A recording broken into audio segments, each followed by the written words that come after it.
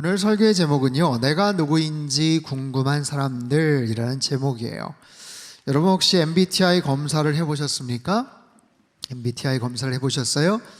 혹시 연세가 좀 지긋하신 어르신들은 좀 생소할 수 있겠지만 우리 젊은 세대, MZ세대들은 누군가를 처음 만났을 때 필히 물어보는 그런 질문이 바로 MBTI입니다. 요즘은 직장 구할 때에도 이렇게 인터뷰 자리에서도 물어보기도 한다고 해요. 일종의 성격 유형 검사죠. 사람의 성격을 16가지 유형으로 설명을 합니다. 개인적으로 저는 ENFP입니다. ENFP 있어요? 한번 모일까요? 따로. 이게요, 에너지 방향은 내향형이 아닌 외향형이고요. 인식의 기능은 감각형이 아닌 직관형이에요. 판단 기능은 사고형이 아닌 감정형이고요. 생활 양식은 판단형이 아닌 인식형으로서 재기발랄한 활동가 이렇게 명하더라고요. 그 몇 개 특징을 보면 공감이 가고 맞다 하는 게 있어요. 창의력, 기분파, 새로운 것에 흥미, 아이디어를 가진 것, 공감을 통한 결정, 언어 표현을 잘하고 비슷한 사람 만나면 시너지가 폭발하고 누구나 친구가 됨. 근데 조금 부정적인 것은 집에 우환이 있어도 나가면 즐겁다 이런 거. 주의 집중이 잘 안 된다, 어린아이 같다, 정리 좀 하고 살아라 이런 얘기. ENFP 공감하시죠?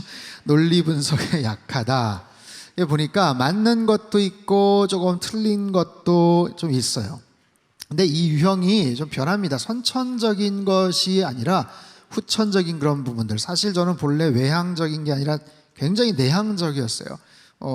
제가 말씀드렸죠. 초등학교 때 전학을 6번 다니면서 굉장히 갈 때마다 위축이 되고 친구 좀 사귈만 하면 또 이사를 가고, 그래서 그냥 계속해서 그냥 동굴 속으로 들어갈 것 같은 내향적인 좀 그런 기질이었는데, 뭔가 역할을 하게 되고 후천적으로 좀 노력을 하고 또 그러다 보니까 더 밝아지고 또 좀 긍정적으로 행동을 하는 그런 부분들이 있더라고요. 이처럼 개인의 어떤 정체성이나 상대방에 대한 관심을 좀 객관적인 검증된 데이터를 통해서 알고 싶어하는 그런 성향들이 있습니다. 비단 MBTI 뿐이겠습니까? 과거에도 보면은 혈액형이 뭐냐, 별자리가 뭐냐, 애니어그램이 뭐냐, 이렇게 얘기도 하기도 하고, 심지어는 고향이 어디냐, 이렇게 해가지고 대충 이제 짐작을 하고 파악을 하는 그런 경우들도 좀 있었죠. 한 시장조사 전문기업에서요, 지난 2021년 대한민국 성인 남녀 1000명을 대상으로 조사한 결과에 의하면 전체 응답자의 80.6%가 자신이 어떤 사람인지를 궁금해 하더라라는 거예요. 77.7%가 자신의 성격에 대해서 궁금해 하더라는 거예요. 자기 자신이 스스로의 성격에 대해서, 자신이 어떤 존재인지에 대해서 관심을 갖고 궁금해 하더라는 거예요. 나는 어떤 사람인가라는 질문을 자주 한다라는 거죠. 굉장히 자기 정체성에 대한 많은 고민과 질문을 하는 것 같아요. 특별히 코로나 팬데믹 3년을 지내오면서 우리는 굉장히 아주 큰 변화를 우리는 경험하지 않았습니까? 아주 엄격하게 어떤 법과 질서를 지켜야만 했고, 시키는 대로 해야만 했고, 거리 두기를 해야 됐고, 나가지를 못했고, 아주 엄격하게 자기 자신을 통제하고 절제해야 되는 그런 상황들. 더구나 그 속에서 사람들은 비대면으로 만나야만 했고, 온라인 상에서 아니면 SNS 활동을 통해서 그 시간들이 더 많이 늘어날 때는 내가 분명히 내 자신의 모습과 기질들이 있는데 누구랑 지금 대화를 하는 건가? 이 공간 안에서 나는 도대체 어떤 존재인가? 내가 왜 원치 않는 것에 이렇게 같이 편승해서 따라가는가? 이런 질문 속에서 고민을 할 때가 있죠. 그래서 나는 누군가? 그리고 모르는 사람에게 내 자신을 소개한다면 나는 누구라고 소개를 할 수 있는가? 되게 보면 이름이나 나이나 직업이나 취향이나 관심사나 종교 생활 등에 대해서 나를 조금 더 오픈해서 소개할 수 있는 그런 영역들이 좀 있지만, 그 모든 것이 정말로 나를 규정하고 있는가? 여러분 어떻게 생각하세요? 그것이 나입니까? 나에 관한 것 말고요, 내가 가진 것, 내가 소속이 되어 있는 것, 나 어디에 소속이 돼 있어, 나 어느 학교 출신이야, 나 어떤 사람과 친해. 아니, 알겠어요. 근데 그거 말고 정말 본질적으로 내 자신에 대해서 나를 아느냐라는 거예요. 나의 어떤 자기 정체성에 대한 정말 아주 명확하고 분명한 자기 깨달음과 인식이 있느냐라는 거죠. 여러분, 굉장히 본질적이고 아주 중요한 그런 질문일 수 있습니다. 평생을 살아갔는데 내 자신에 대해서 내가 자신이 없다. 요즘 내 자신에 대해서 너무 낯설어. 새로운 모습을 내가 깨닫는 것 같아. 마치 무슨 유행가 가사처럼 내가 왜 이러는지 몰라. 나도 가끔은 내 자신을 모르겠어. 내가 왜 그때 그런 이야기를 했는지, 내가 왜 그렇게 민감하게 반응을 했는지 스스로에 대해서 고민을 하고 질문할 때가 있죠. 여러분, 오랫동안 살아가면서 내 자신에 대해서 딱히 규정하기가 어렵다. 이게 얼마나 답답한 노릇이겠어요? 평생을 그렇게 살다가 마지막까지도 긴가민가한 채 만약에 세상을 떠난다. 그럼 그건 얼마나 불행한 일이겠습니까? 내 자신이 누구인지를 아느냐 하는 것은 여러 가지 그런 방식들이 있고 누군가를 통해서 비추어진 내 모습을 우리는 발견할 수 있지만 내 자신이 어떤 존재인지에 대한 가장 정확한 발견은요, 사실 성경 말씀에 기초를 합니다. 하나님의 말씀을 통해서 우리는 알 수가 있어요. 이게 교회고 내가 목회자인 설교를 하면서 하는 그런 이야기가 아니라, 여러분 상식적으로 한번 생각을 해보십시오. 우리는 이 땅에 어떻게 해서 보내진 존재일까요? 어떻게 해서 태어났고 어떻게 해서 내 생명과 호흡을 시작하게 되었을까요? 하나님께서 천지를 창조하셨고 우리 자신을 만들어 주셨다면, 여러분, 우리를 만드신 분에게 질문하는 것이 가장 정확한 대답이고 지혜로운 그런 대답이 아니겠어요? 어떤 물건을 구입했어요. 새로운 신제품을, 신상을 구입했어요. 그것을 제대로 사용하기 위해서는 반드시 제품 사용 설명서를 알아야 되고 읽어야 됩니다. 거기에 나와 있는 꼼꼼한 내용들을 제대로 파악하면 제대로 사용할 수 있는 것과 같은 이치예요. 여러분, 그렇기 때문에 성경에서 말하는 인간은 어떤 존재인가? 나는 누구인가? 우리들은 어떤 존재인가? 여러분, 성경은 굉장히 심플하게 하지만 단호하게 말합니다. 인간은 죄인이다라는 거예요. 그리고 죽을 수밖에 없는 존재다라는 거예요. 여러분, 모든 사람에게는 치명적인 두 가지 문제가 있어요. 죄의 문제와 죽음의 문제입니다. 아담의 원죄로 인해서 태어날 때부터 죄를 갖고 태어납니다. 그것으로 인해서 죽음을 맞닥뜨릴 수밖에 없어요. 우리는 이 사실을 분명히 알아야 되고 인정해야만 합니다. 인간은 죄인이라는 사실, 그로 인해서 죽을 수밖에 없는 존재라는 사실을 깨닫고 그것을 해결하기 위해서 어떤 노력을 기울이는가? 네, 여러분, 현대사회, 현대문화는 특징이 이 사실 자체를 거부합니다. 인정하지 않으려고 해요. 부인합니다. 여러분, 인간이 얼마나 타락한 존재인가? 인간의 이 내면 안에 엄청난 죄된 경향들이, 이 죄성이 그 안에 숨겨져 있는가? 이게 얼마나 무서운가?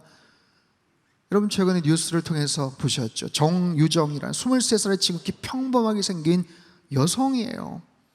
끔찍하게 사람을 죽였습니다. 충격적인 것은 죽인 이유가 없어요. 아무런 원한도 없어요. 일면식도 없는 비슷한 또래입니다. 그냥 죽여보고 싶었다. 와, 어떻게 그런 대답이 나올까? 어떻게 그런 충동과 동기가 생겼을까 싶은 거예요.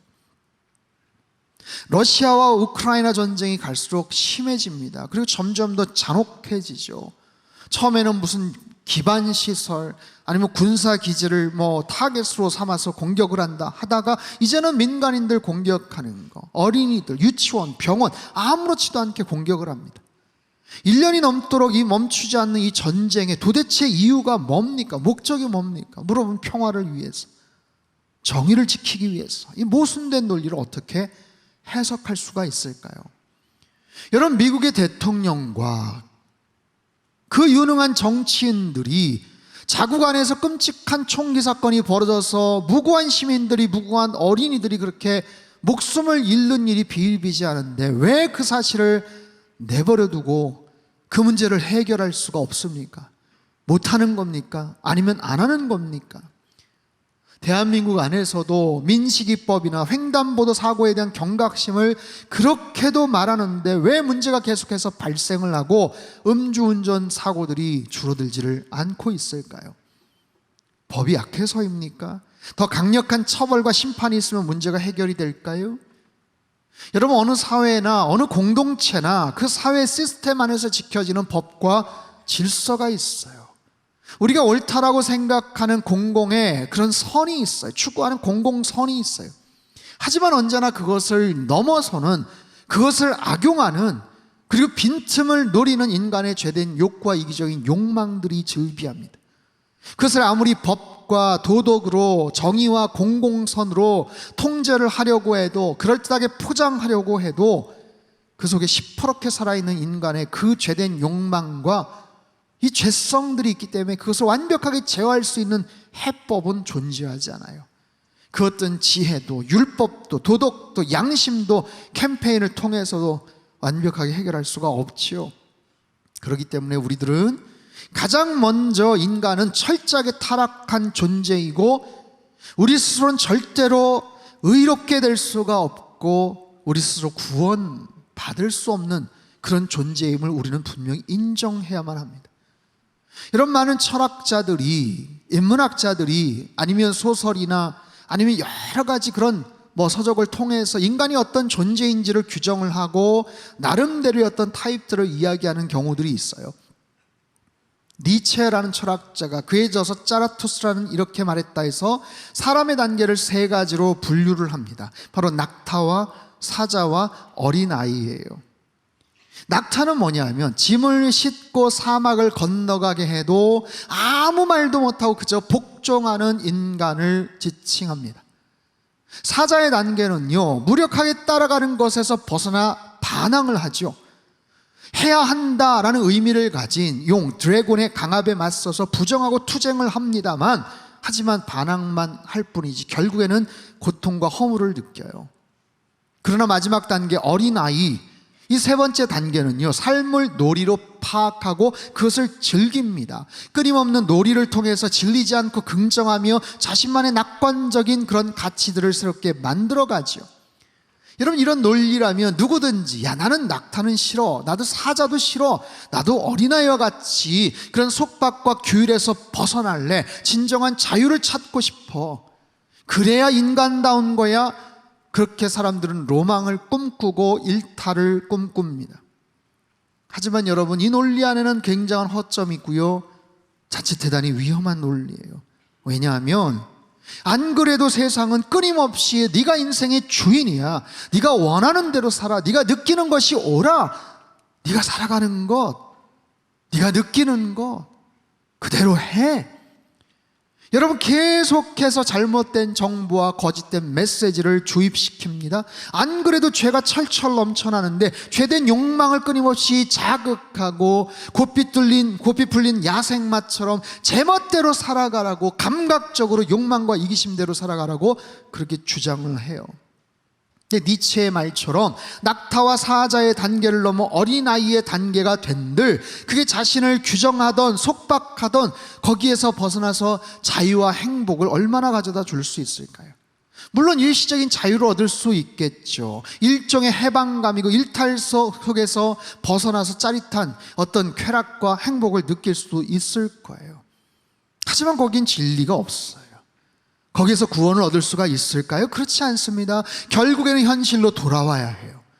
그리고 자신이 저질렀던 것에 대해서 꼭 직면해야 되고 지은 행동에 대해서 책임을 져야 됩니다.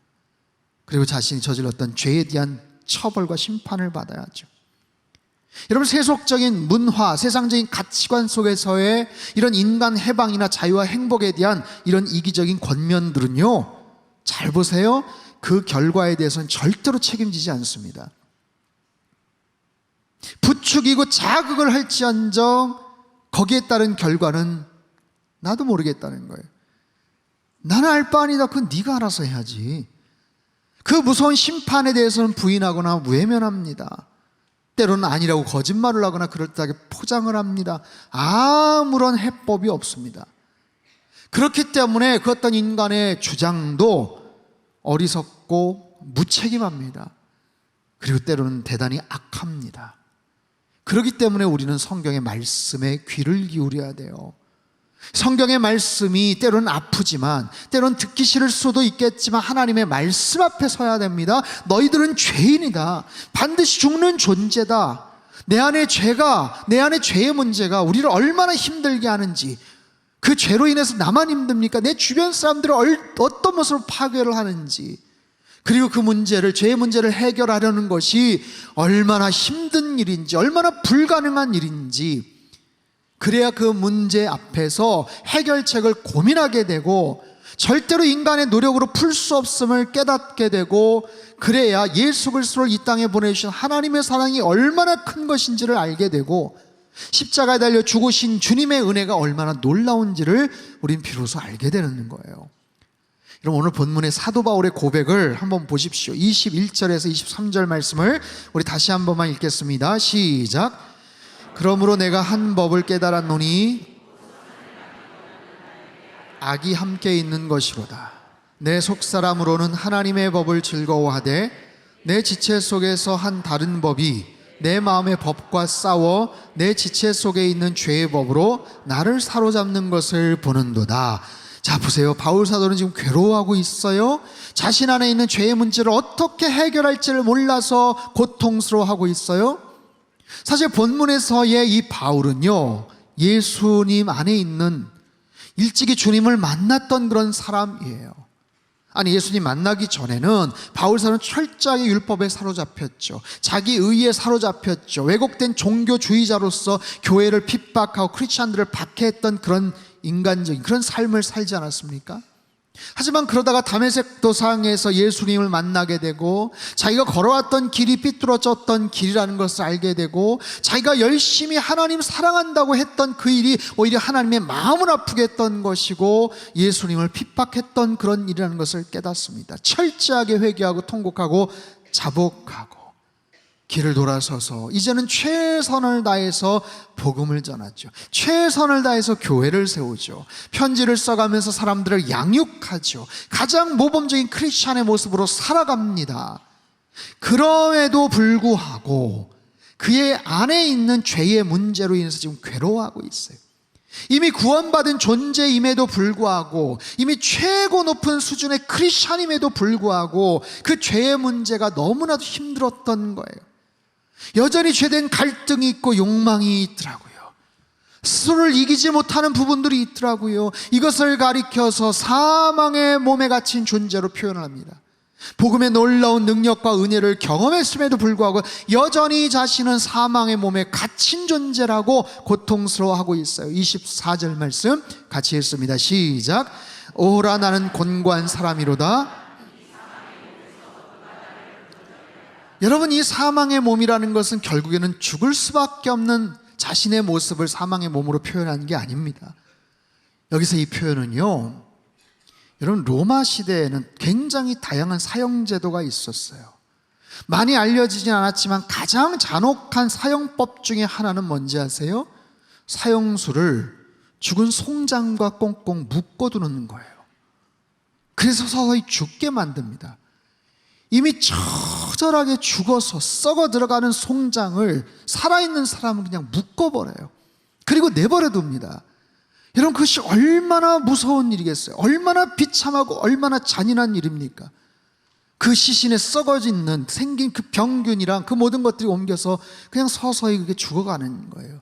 바울 사도는 지금 그것을 얘기합니다. 사망의 몸, 죄의 문제를 해결한 줄 알았는데, 그 속에서 자유케 된 줄 알았는데, 지독한 죄의 권세가 마치 썩어있는 시신이 자기와 꽁꽁 묶여져 있는 것처럼 옴짝달싹할 수 없는 모습으로 자신을 붙잡고 있더라는 거예요. 여러분 보십시오. 2000년 기독교 역사상 가장 위대한 석학이요 신학자요, 가장 위대한 선교사요, 역사적인 업적을 남겼던 바로 그런 사도 바울 아닙니까? 그럼에도 불구하고 자신 안에 있는 내면에 있는 죄의 문제를 어떻게 해결할 수 없어서 이렇게 고통스러워하고 있어요. 그런데 하물며 바울 사도 자체가 이 정도인데 주님을 전혀 알지 못하는 사람들, 철저하게 세속적인 가치관에 사로잡혀 살아가는 사람들, 죄된 것에 대한 아무런 꺼리낌이 없는, 도덕적인 양심에 찔림이 없는 그런 모습으로 살아가는 사람들은 도대체 그 문제를 어떻게 해결할 수가 있겠습니까? 여러분, 성경은 하나님께서 인간을 흙으로 창조하셨다 말씀을 하세요. 우리 흙으로 빚어진 존재입니다. 그리고 이 땅을 한평생 살다가 죽으면 한 줌의 재로 또한 흙으로 돌아가는 거예요. 여러분, 장례식장에 가서 영정사진 앞에 놓여있는 그 모습 속에서 장례의 모든 절차 과정들을 통해서 인간이 얼마나 허무한 존재인지, 얼마나 연약한 존재인지, 화장을 하고 나서 정말 한 줌의 재로 돌아간 그 모습들을 보면 얼마나 허무합니까? 여러분, 그런 모습으로 살다가 가는 거예요. 흙에서 비롯돼서 흙으로 돌아가는 거, 한 줌의 재가 되는 거예요. 그런 인생, 그런 허망한 인생인데 살다가 수도 없는 죄를 짓고 그 죄 문제를 해결하지 못한 채 죽는 거예요. 여러분, 죽으면서 끝납니까? 죄가 되면 그냥 없어져 버립니까? 그렇지 않아요. 그 죄에 대한 무서운 심판을 받아야 되는 거예요. 그런데 아무런 해결책도 없이 그렇게 세상을 살다가 한 줌의 재로 흩어져 버리고 심판을 받아야 되는 그런 존재, 이것이 얼마나 두렵고 얼마나 불쌍한 거예요. 여러분, 지금도 세상에 너무나도 많은 사람들이 자신이 어떤 존재인지를 알지 못하고 그 문제를 어떻게 해결할지조차도 알지 못한 채 그렇게 살다가 그렇게 아무런 대책도 없이 살아가는 수많은 사람들, 자신이 누구인지를 몰라요. 죄의 그 심각성을 몰라요. 죽음의 그 고통의 문제를 잘 몰라요. 너무나도 무지하고 너무나도 무력한 것이죠. 죽은 시신과 같이, 송장과 같이 꽁꽁 묶여져서 사망을 향해 치달을 수밖에 없는 그런 존재라는 것, 그조차도 알지 못하고 그 틈새에 또 죄가 주는 쾌락을 쫓아서 욕망에 눈이 멀어서 고통 가운데 살다가 사망 권세, 지옥 심판을 받을 수밖에 없는 것이 우리들의 실존의 모습이라고 성경은 아주 단호하게 이야기를 하고 계세요. 여러분, 우리들은 그런 존재였어요. 적어도 하나님 알지 못했던 과거에 우리들은 그런 모습으로 살았었어요. 아무런 대책도 없이 살아갈 수밖에 없는 그런 우리들을 향해서 주님이 찾아오셨어요. 하나님이 찾아오셨어요. 죄범한 인간에게 하나님이 찾아오셔서 부르셔요. 아담아, 네가 어디 있느냐? 여러분, 이게 은혜이지요. 아담이 잘못했다고 하나님 죄송해요, 잘못했어요, 용서해 주세요, 아담이 찾아갔던 것이 아니라 죄범한 아담은 두려워하고 숨어 지내던 아담과 하와를 하나님이 부르시고 찾아 나서셔요. 아담아, 네가 어디 있느냐? 여러분, 이게 놀라운 은혜요, 하나님의 기가 막힌 사랑인 줄로 믿습니다. 여러분, 집 나간 탕자를 기다리시는, 언제나 같은 자리에서 기다리시는 아버지를 한번 생각해 보십시오. 얼마나 못된 아들입니까? 얼마나 괘씸한 녀석입니까?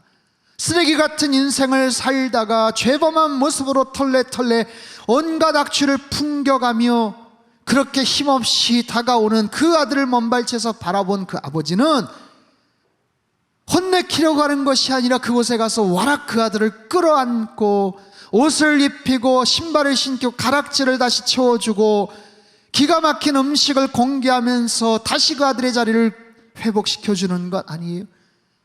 제가 할 말이 없습니다. 아버지, 별 면목이 없습니다. 저를 그저 품꾼의 하나로 써주십시오. 이 말 자체도 하지 못하게 그저 와락 끌어안으시고 자녀의 권세됨을 회복시켜 주셔요. 여러분, 이게 얼마나 놀라운 은혜입니까? 죄의 수렁에서 허우적대던 인간을 용서하시고 사랑하시고 다시 자녀의 자격됨을 부여하시고 회복시키는 것. 사랑하는 성도 여러분, 죄인 되었던 우리들을 구원하셨고 자녀라고 불러주시고 천국 백성 삼아주심에 여러분 감사하며 살아가시기를 주님의 이름으로 축복합니다. 이 놀라운 은총, 이 놀라운 은혜, 무지한 인간, 어리석은 그런 인간이, 힘없는 인간이, 오래 살아야 100년 겨우 살아가는 그 인간이, 여러분 지난주 말씀 기억하세요? 930억 광년을 가야만 끝을 만날 수 있다는 그 광활한 우주의 통치자가 누군지를 알게 된 거예요. 그냥 살다가 없어지는 안개와 같은, 거품과 같은 입김과 같은 그런 허망한 그런 인생, 정말 짧디 짧은 그 인생을 살아가는데 930억 광년에서 어마어마한 그런 시간의 창조자의 주인 되시는 그분이 우리를 만나시기 위해서 찾아오셨어요. 무한대의 시간 속에 살아가는 그 하나님의 영광을, 그 진리의 빛을 알게 되었어요. 여러분, 이게 얼마나 신비한 일이에요. 여러분, 그 광활한 우주에서도 지구라는 별은 얼마나 작습니까? 그 지구에서도 대한민국은 얼마나 작은 나라입니까? 그곳에서도 우리가 발을 딛고 살아가는 이 청주 땅, 여러분 얼마나 작은 곳이에요. 그런데 이곳에서 예배를 드리는 우리들이 그 우주의 창조주요 주인 되시는 하나님을 찬양하고 예배드리고 있다는 사실이, 여러분 이거 엄청난 사건이 아니겠어요? 영원 속에 계셨던 분이 시간을 뚫고 이 땅 가운데 들어오셨어요. 인간의 시간 속으로 들어오셨어요. 그것 자체도 기적인데, 여러분 내가 예수님을 알았다는 것, 대한민국 땅에 살면서 내가 예수님을 알았다는 것, 여러분 150년 전, 200년 전만 태어나도 절대로 알 수가 없었을 텐데 2023년도를 살아가면서 그 주님을 알고 그 주님 앞에 기도를 드리며 교제할 수 있다는 사실이 얼마나 기적과 같은 일이에요. 여러분, 우리는 누구입니까? 우리는 어떤 존재입니까? 여러분, 성경은 인간이 죄악과 절망 가운데 있지만 처절한 타락된 존재였지만 예수 그리스도 안에서 구원받을 수 있음을 선포하고 있어요. 우리는 여전히 죄인이에요. 하지만 주님 안에서 의롭게 된 존재라고 말씀을 하십니다. 죽을 수밖에 없는 존재였지만 예수님 안에서 변화되고 구원받고 자녀되고 하나님 나라의 백성이 되었음을 주님께서 선포하시는 거예요. 여러분, 예수 그리스도 보혈의 능력으로 죄인에서 의인으로 구원받았음을 여러분 믿으시기를 바랍니다. 예수님 십자가의 권세로 우리 모두는 하나님의 자녀가 된 것을 여러분 확신하시기를 바랍니다. 그렇다면 우리는 어떤 모습으로 살아가야 될까요? 25절 말씀 우리 같이 한번 읽도록 하겠습니다. 시작. 우리 주 예수 그리스도로 말미암아 하나님께 감사하리로다. 그런즉 내 자신이 마음으로는 하나님의 법을, 죄의 법을 섬기노라. 여러분, 사도 바울은 하나님께 감사하고 있어요. 감사하는 이 죄의 문제를 해결해 주신 하나님 감사합니다. 이 지독한 죄의 이 눌림과 이 고통에서, 이 곤욕스러운 상황에서 나를 해방시켜 주심에 감사드립니다. 그리고 결단해요. 마음으로는 하나님의 법을 섬기겠습니다. 하지만 육신으로는 죄의 법을 섬기겠습니다. 여러분, 이 말은요 이런 뜻이에요. 육신으로는 죄의 법에 여전히 영향을 받겠지만 내 마음으로, 내 영혼으로는 하나님의 법을 섬기겠습니다. 주님만을 따르겠습니다. 그리고 이 모든 것을 승리케 하시는 그 성령 하나님에 대한 놀라운 찬양을 이어지는 8장에서 이렇게 고백을 합니다. 8장 1절 2절 우리 큰 목소리를 같이 한번 읽죠. 시작. 그러므로 이제 그리스도 예수 안에 있는 자에게는 결코 정죄함이 없나니 이는 그리스도 예수 안에 있는 생명의 성령의 법이 죄와 사망의 법에서 너를 해방하였음이라. 아멘. 아멘. 여러분, 결국에는 그 모든 죄의 속박과 고통에서 우리를 승리케 하시는 분이 성령 하나님이시다라는 거예요. 온갖 종류의 죄와 사망의 법이 우리를 작용하고 우리를 속박하고 우리를 짓누르겠지만 그것을 넘어서는 또 다른 초월적인 생명의 성령의 법이 작동하고 있다라고 지금 말씀하고 계셔요. 사랑하는 성도 여러분, 잘 기억을 하십시오. 우리는 누구입니까? 여러분은 어떤 존재입니까? 내가 누구인지에 대한 분명한 영적인 정체성을 여러분 아셔야 돼요. 우리는 죄인이었어요. 분명히 죄인이었습니다. 아니, 여전히 죄 아래에 있습니다. 죄의 영향력 속에서 살아갑니다. 하지만 주님 안에서 의롭게 된 존재이고 구원받은 존재이고 하나님의 자녀가 된 줄로 믿습니다. 여러분, 우리는 누구입니까? 하나님의 자녀로서 이제는 누구의 소유예요? 누구의 소유예요? 하나님의 소유죠. 주님의 소유죠. 내 인생의 주인은 바로 예수 그리스도 아니겠어요? 나는 나의 것이 아니에요. 주님의 것인 줄로 믿습니다. 고린도전서 6장 19절 20절 말씀 우리 큰 소리로 같이 읽습니다. 시작. 너희 몸은 너희 가운데 계신 성령의 전인 줄을 알지 못하느냐? 너희는 너희 자신의 것이 아니라 값으로 산 것이 되었으니 그런즉 너희 몸으로 하나님께 영광을 돌리라. 아멘. 여러분, 이 말씀을 잘 기억을 하십시오. 너희 몸은 너희가 하나님께로부터 받은 바 너희 가운데 계신 성령의 전인 줄 알지 못하냐. 너희는 너희 자신의 것이 아니다. 값으로 산 것이 되었으니 그런즉 너희 몸으로 하나님께 영광을 돌리라. 너희 자신의 것이 아니라 하나님의 것이다. 너희가 마음대로 할 수 있는 소유권이 없다. 그분이 값을 지불하여서 너를 샀다. 그분이 너의 주인이시다. 마지막으로 한 말씀을 제가 드리죠. 제가 캐나다에서 목회를 할 때 이영표 선수가 교회에 등록을 했어요. 잘 아시죠? 여러분, 이영표 선수 지금 감독으로 또 해설자로 있죠. 청년들을 위해서 말씀도 전했고 기회가 되면 함께 운동을 하자, 축구도 하려고 했었어요. 당시에 밴쿠버 화이트캡스 소속이었는데 경기가 없는 날 가벼운 축구 경기를 함께 할 수 있다고 했어요. 제가 그랬습니다. 괜찮으시냐? 축구해도 괜찮냐고. 축구 선수한테 축구해도 괜찮으냐고. 저는 걱정이 돼서 그래서 이런 대답을 해요. 화이트캡스 축구구단과 계약을 할 때 축구나 다른 운동 경기 가능하다고 이야기를 해요. 하지만 적어도 캐나다에서 머무는 동안 단 한 가지 운동은 하지 마십시오. 사인을 했다는 거예요. 그게 뭔지 아세요? 스키입니다. 스키. 워낙 그곳에 고산지대고 위험한 코스들이 많아서 스키를 타다가 부상을 입을 수가 있으니 다른 운동은 괜찮은데 당신이 화이트캡스 소속이라면 머무는 동안 스키는 금한다라는 규정이 있었다는 거예요. 바로 그런 이야기예요. 여러분, 우리는 이제 하나님의 자녀예요. 하나님 나라의 소속이에요. 우리는 하나님의 소유입니다.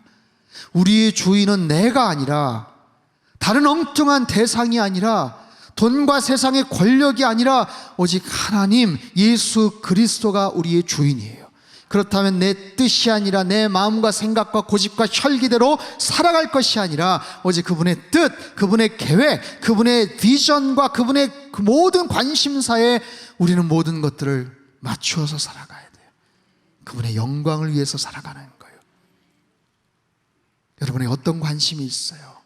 여러분, 무엇을 생각하십니까?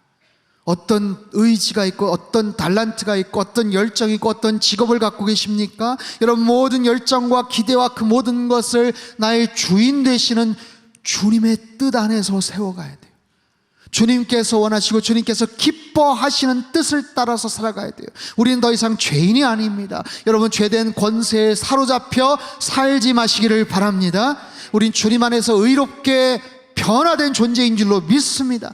하나님 자녀됨의 특권과 권세를 누리며 살아가시기를 바랍니다. 이제 우리 인생의 주인은 내가 아닙니다. 주인 되시는 오직 예수 그리스도의 그 뜻 안에서 살아가는 거예요. 일평생 하나님께 영광을 올려드리는 그런 삶으로 모든 것들을 그곳에 포커스온하고 인생의 내비게이션에 다른 새로운 주소를 거기다가 치고 그 주님의 뜻을 향해 사람의 영광을 위해서 달려나가시는 저와 여러분의 삶이 되시고 선교적교회 우리 상당교회가 되시길 주님의 이름으로 축원합니다.